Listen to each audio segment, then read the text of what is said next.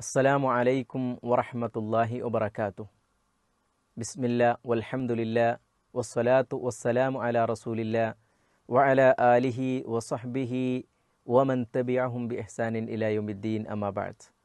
ബഹുമാന്യ സുഹൃത്തുക്കളെ, സഹോദരങ്ങളെ, സഹോദരികളെ, വിശുദ്ധ റമളാനിൻ്റെ വളരെ പ്രധാനപ്പെട്ട ദിനരാത്രങ്ങളിലൂടെയാണ് നാം കടന്നുപോയിക്കൊണ്ടിരിക്കുന്നത്. ഒറ്റയും ഇരട്ടയുമായിട്ടുള്ള ദിവസങ്ങൾ. ആ ദിവസങ്ങൾക്കൊക്കെ അള്ളാഹു വലിയ പ്രാധാന്യം നൽകിയിട്ടുണ്ട്. ലൈലത്തുൽ ഖദർ പ്രതീക്ഷിക്കപ്പെടുന്ന ദിവസങ്ങളാണ് നമ്മുടെ മുന്നിലൂടെ കടന്നുപോയിക്കൊണ്ടിരിക്കുന്നത്. അള്ളാഹു സുബ്ഹാനഹു വ തആല ആ ലൈലത്തുൽ ഖദർ ലഭിക്കുകയും അത് സൽക്കർമ്മങ്ങൾ കൊണ്ട് നിറക്കുകയും ചെയ്യുന്ന 83 വർഷത്തെ പ്രതിഫലം, 1000 മാസത്തെ പ്രതിഫലം ലഭിക്കുന്ന ആളുകളുടെ കൂട്ടത്തിൽ അള്ളാഹു നമ്മെ ഉൾപ്പെടുത്തുമാറാകട്ടെ. സഹോദരങ്ങളെ, നമ്മൾ പറഞ്ഞുകൊണ്ടിരിക്കുന്നത് മയ്യത്ത് സംസ്കരണവുമായി ബന്ധപ്പെട്ട വളരെ പ്രധാനപ്പെട്ട ചില കാര്യങ്ങളാണ്. മയ്യത്ത് ഖബറടക്കുക എന്ന് പറയുന്നത് ഇസ്ലാമികമായി ഒരനിവാര്യമായ കാര്യമാണ് എന്നും അതിന് കൊണ്ടുപോവുക എന്ന് പറയുന്നത് പുണ്യമാണ് എന്നും ആ കർമ്മങ്ങളിൽ പങ്കെടുക്കുന്നത് വലിയ പ്രതിഫലം വാഗ്ദാനം ചെയ്ത കാര്യമാണ് എന്നുമൊക്കെ നമ്മൾ മനസ്സിലാക്കിയിട്ടുണ്ട്. 2 തരത്തിലുള്ള ഖബറുകൾ ഇപ്പോൾ നമ്മുടെ നാട്ടിലൊക്കെ ഉള്ളത് ഖബർ എന്ന് പറയും. എന്നാൽ ഗൾഫ് രാജ്യങ്ങളിലൊക്കെ പല സ്ഥലങ്ങളിലും നമുക്ക് കാണാൻ കഴിയുന്നത് ലഹദ് എന്ന് പറയുന്ന ഒന്നാണ്. ഖബർ, ലഹദ്. ഖബറിൻ്റെ പ്രത്യേകത, ആദ്യം കുറച്ച് വീതിയിൽ കുഴിക്കുകയും പിന്നീട് ഒരു മയ്യത്ത് കൊള്ളുന്ന രൂപത്തിൽ നേരെ ചുരുക്കിക്കൊണ്ട് താഴോട്ട് കുഴിക്കുകയും ചെയ്യുന്ന ഒരു രൂപമാണ് ഖബർ എന്ന് പറയുന്നത്. ലഹദ് എന്ന് പറയുന്നത് ഒരേ രൂപത്തിൽ താഴെ വരെ കുഴിക്കുകയും പിന്നീട് ഖിബിലയുടെ ഭാഗത്തേക്ക് ഒരു മയ്യത്ത് വെക്കാനുള്ള അത്രയും ഭാഗം തുരന്നെടുക്കുകയും അടിഭാഗം തുരന്നെടുക്കുകയും ചെയ്യുക എന്ന രൂപമാണ് ലഹദ് എന്ന് പറയുന്നത്. അപ്പോൾ 2 രൂപവും ചെയ്യാവുന്നതാണ്. ഓരോ നാട്ടിലെയും മണ്ണിൻ്റെ രൂപം നോക്കിക്കൊണ്ടാണ്. ഇപ്പോൾ നമ്മുടെയൊക്കെ നാടുകളിൽ പല സ്ഥലങ്ങളിലും നല്ല കടുത്ത പാറയാണ്. ഒരിക്കലും അവിടെ നമുക്ക് ഒരു ഭാഗം തുരന്നെടുക്കുക എന്ന് പറയുന്നത് സാധ്യമല്ല, വളരെ പ്രയാസകരമാണ്. അതുകൊണ്ട് നമ്മുടെ നാടുകൾക്ക് ഏറ്റവും ഉത്തമമായിട്ടുള്ളത് ഖബറുകൾ തന്നെയാണ്. എന്നാൽ വലിയ ഉറപ്പില്ലാത്ത, എന്നാൽ താഴോട്ട് പൊളിഞ്ഞ് ചാടാത്ത രൂപത്തിലുള്ള മണ്ണുകളുള്ള സ്ഥലങ്ങളിൽ ലഹദാണ് ഏറ്റവും ഉത്തമമായിട്ടുള്ളത്.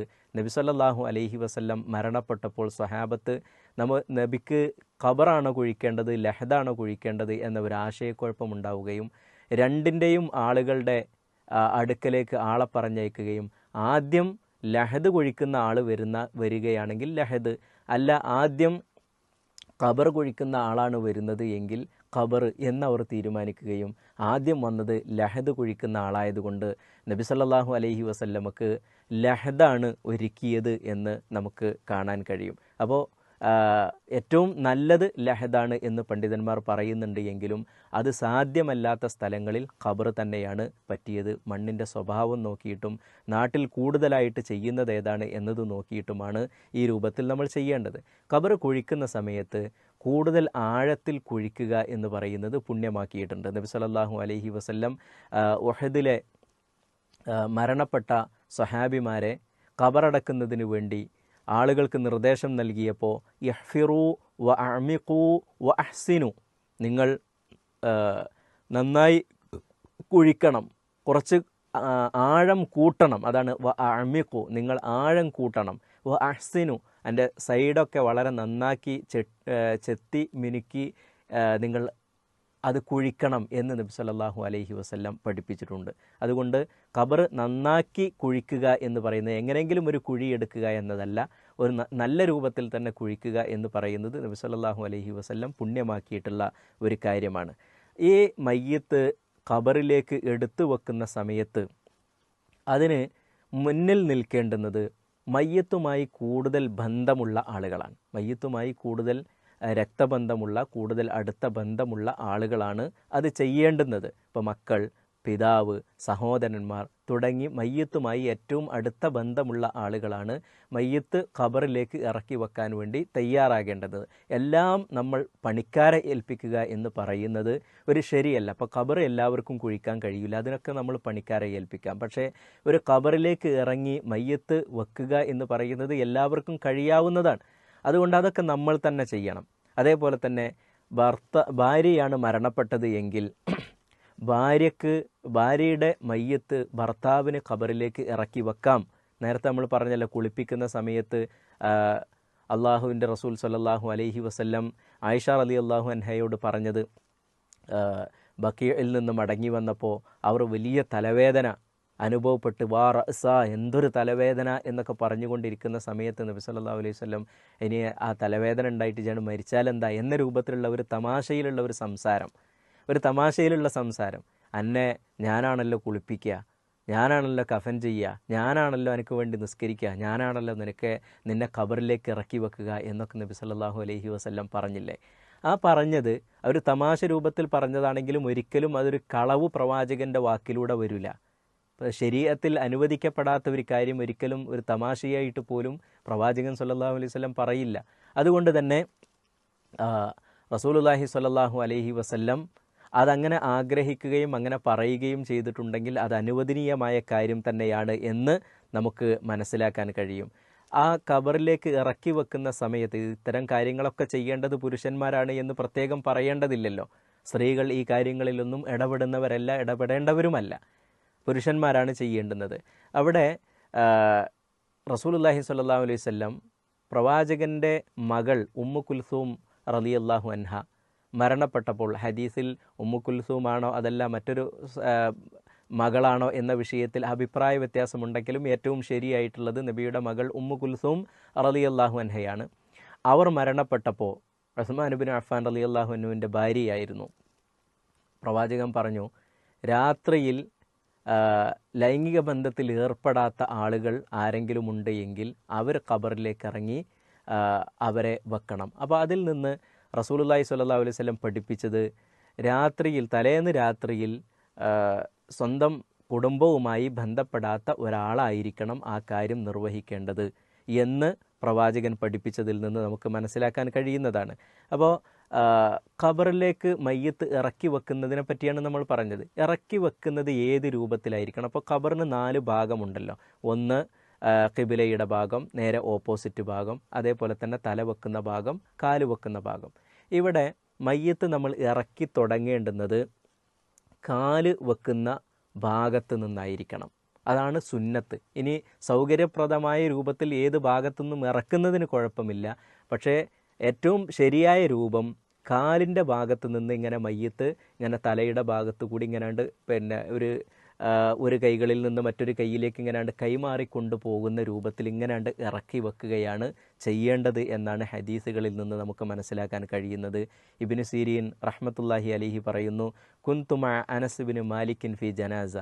ഒരു ജനാസ നമസ്കാരത്തിൽ അനസ് ഇബ്നു മാലിക് റളിയല്ലാഹു അൻഹുവിൻ്റെ കൂടെയായിരുന്നു ഞാൻ ഉണ്ടായിരുന്നത്. ഉമിറ ബിൽ മയ്യിത്തി ഫസുല്ല മിൻ ഖിബലി റിജ്ലിൽ ഖബർ.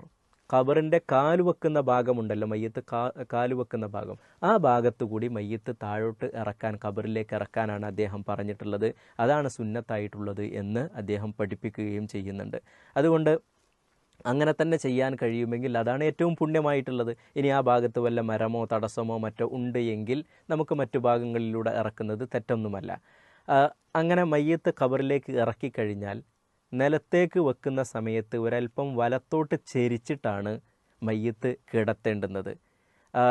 മയ്യത്തിനെ ഖിബിലയുടെ ഭാഗത്തുള്ള ചുമരല്ല എങ്കിലും മണ്ണിൻ്റെ ഭാഗമുണ്ടല്ലോ, ആ ഭാഗത്തേക്കാണ് കൂടുതൽ അടുപ്പിച്ച് വെക്കേണ്ടുന്നത്.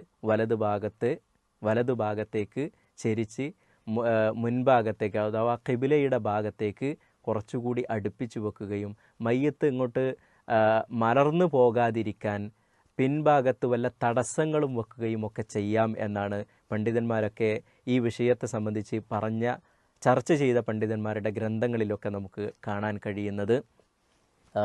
നിലത്ത് വെക്കുന്ന ആ സമയത്ത് വെക്കുന്ന ആളുകൾ ബിസ്മില്ലാ വഅലാ മില്ലത്തി റസൂലില്ലാഹി സ്വല്ലല്ലാഹു അലൈഹി വസല്ലം എന്ന് പറയൽ പുണ്യമാക്കിയിട്ടുണ്ട്. ബിസ്മില്ല വഅല മില്ലത്തി റസൂലില്ല. ചില ഹദീസുകളിൽ ബിസ്മില്ല വഅല സുന്നത്തി റസൂലില്ല എന്നും വന്നിട്ടുണ്ട്. രണ്ട് രൂപത്തിലും നമുക്ക് പ്രാർത്ഥിക്കാം. രണ്ടും ഒരേ ആശയം തന്നെയാണുള്ളത്. അങ്ങനെ മയ്യത്ത് ഖബറിൽ വെച്ച് കഴിഞ്ഞിട്ടുണ്ട് എങ്കിൽ തലയുടെ ഭാഗത്ത് ശരിക്കും നമ്മളിങ്ങനെ ചെരിഞ്ഞ് കിടക്കുകയാണെന്നുണ്ടെങ്കിൽ തല ഇങ്ങോട്ട് ചാഞ്ഞു പോകുമല്ലോ അടിയിലേക്ക്. കാരണം ഇവിടെ നിലത്ത് തട്ടുമ്പോൾ തല നിലത്ത് തട്ടൂല.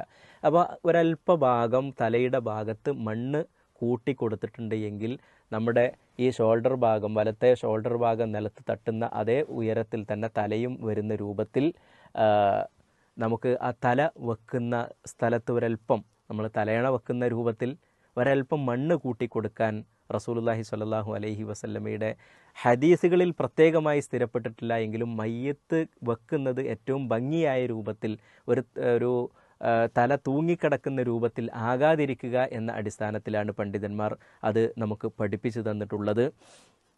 പിന്നെ അത് അങ്ങനെ വെച്ച് കഴിഞ്ഞിട്ടുണ്ട് എങ്കിൽ മയ്യത്ത് നമ്മൾ കൊണ്ടുവന്ന സമയത്ത് 3 ഭാഗത്ത് അല്ലെങ്കിൽ 4 ഭാഗത്ത് കെട്ടിയിട്ടുണ്ടാകും. ഇപ്പോൾ 3 കെട്ടും കെട്ടിയെന്നൊക്കെ നമ്മൾ പറയാറുണ്ട്. അത് 3 കെട്ട് തന്നെ ആകണം എന്ന് നിർബന്ധമൊന്നുമില്ല. 2 കെട്ടായാലും മതി, 3 കെട്ടുമാകാം, 4 കെട്ടും ഒക്കെ ആകാവുന്നതാണ്. അഥവാ ആ കെട്ട് കെട്ടുന്നത് നമ്മൾ മയ്യത്തിനെ ധൃതിയിൽ കൊണ്ടുപോകുന്ന സമയത്ത് കഫൻ പുടവ അങ്ങോട്ടും ഇങ്ങോട്ടും മറിഞ്ഞു പോകാതിരിക്കാനും നഗ്നത കാണാതിരിക്കാനും ഒക്കെയാണ്.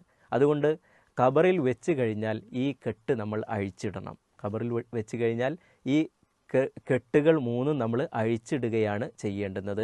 ഇത്രയുമായാൽ മയ്യത്ത് ഖബറിലേക്ക് ഇറക്കി വെക്കുന്ന രൂപം ശരിയായ സുന്നത്തനുസരിച്ചുള്ള രൂപമായി, മര്യാദകൾ പാലിച്ചുകൊണ്ടുള്ള രൂപമായി. ഇത്തരം കാര്യങ്ങൾ നമ്മൾ ശ്രദ്ധിക്കുക. അല്ലാഹു സുബ്ഹാനഹു വ തആല അനുഗ്രഹിക്കുമാറാകട്ടെ. അസ്സലാമു അലൈക്കും.